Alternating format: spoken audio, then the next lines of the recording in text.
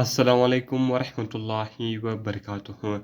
دوستانو خدای وکړي چې ټول به ښه او جوړ یاست. دوستانو نن په دغه ویډیو کې به زه تاسو در وښیم چې تاسو څنګه کولی سئ چې د هر چا د موبایل خبرې په خپل موبایل کې واورئ. دوستانو که چیرې ستاسو ملګري وي او تاسو غواړئ چې د هغو د موبایل خبرې په خپل موبایل کې واورئ، نو دغه به تاسو څنګه کوئ. په دغه ویډیو کې به زه تاسو ته دغه طریقه درښیم. دغه ویډیو له موږ سره تر پایه وګورئ. زه د ویډیو په طرف ویډیو شروع کوو. نو دوستانو تر ویډیو شروع کولو مخکې چیرې تاسو ویډیو لایک کړی نه وي، مهرباني سره وکړئ زموږ ویډیو لایک کړئ او دغه رقم یې له خپلو دوستانو سره خامخا شیر کړئ. او که چیرې تاسو زموږ چینل نه سبسکرایب کړی، نو مهرباني سره وکړئ زموږ چینل در سره سبسکرایب کړئ. دوستانو دې لپاره به تر ټولو مخکې تاسو په خپل موبایل کې یو اپلیکیشن ډاونلوډ کړئ. د دغه اپلیکیشن لینک ما تاسو ته د ویډیو په ډسکرپشن کې درکړې ده. تاسو ډېر په اسانۍ سره کولی شئ چې دغه اپلیکیشن له هغې څخه ډاونلوډ کړئ.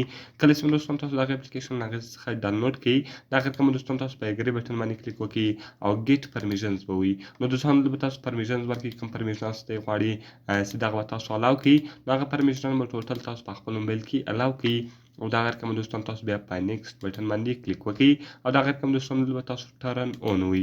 نو کله چې ګورو دوستانو تاسو ټرن اون وي، دغه رقم به دلته تاسو راسئ، د یوې پرمیشن به الاو کړئ. دلته به انسټال سرویسز ته راسئ او دلته به دوستانو تاسو هغه اپلیکیشن ور وښایاست او دغه پرمیشن به هم تاسو په خپل موبایل کې الاو کړئ. کله چې ګورو دوستانو دغه تاسو الاو کړئ، دغه رقم دوستانو بیا تاسو په بیک باندې ووځئ او دلته به دوستانو تاسو په نیکسټ بټن باندې کلیک وکړئ او دلته به دوستانو تاسو نیکسټ او بعد کې به دوستانو تاسو په ډن بټن باندې کلیک وکړئ او دغه اپلیکیشن به تاسو ته خلاص شي.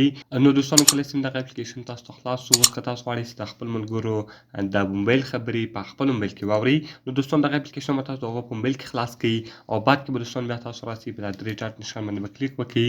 دلته به دوستانو تاسو په سیټینګ باندې کلیک وکړئ.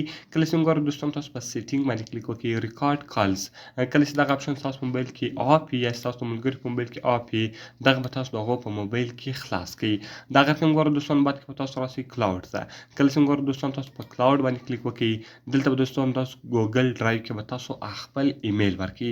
کله چې ګورو دوستانو تاسو خپل ایمیل ورکړئ، بعد کې که دغه سړی له هر چا سره ټلیفونان کوي، هغه ټلیفونان به دوستانو اټومیټیک ریکارډ کېږي او هغه به ستاسو په ایمیل باندې تاسو ته درځي. نو بعد کې که دغه سړی له هر چا سره ټلیفونان کوي او له هر چا سره خبرې کوي، نو هغه ټوټل ټلیفونان به ستاسو ته ستاسو په ایمیل درځي.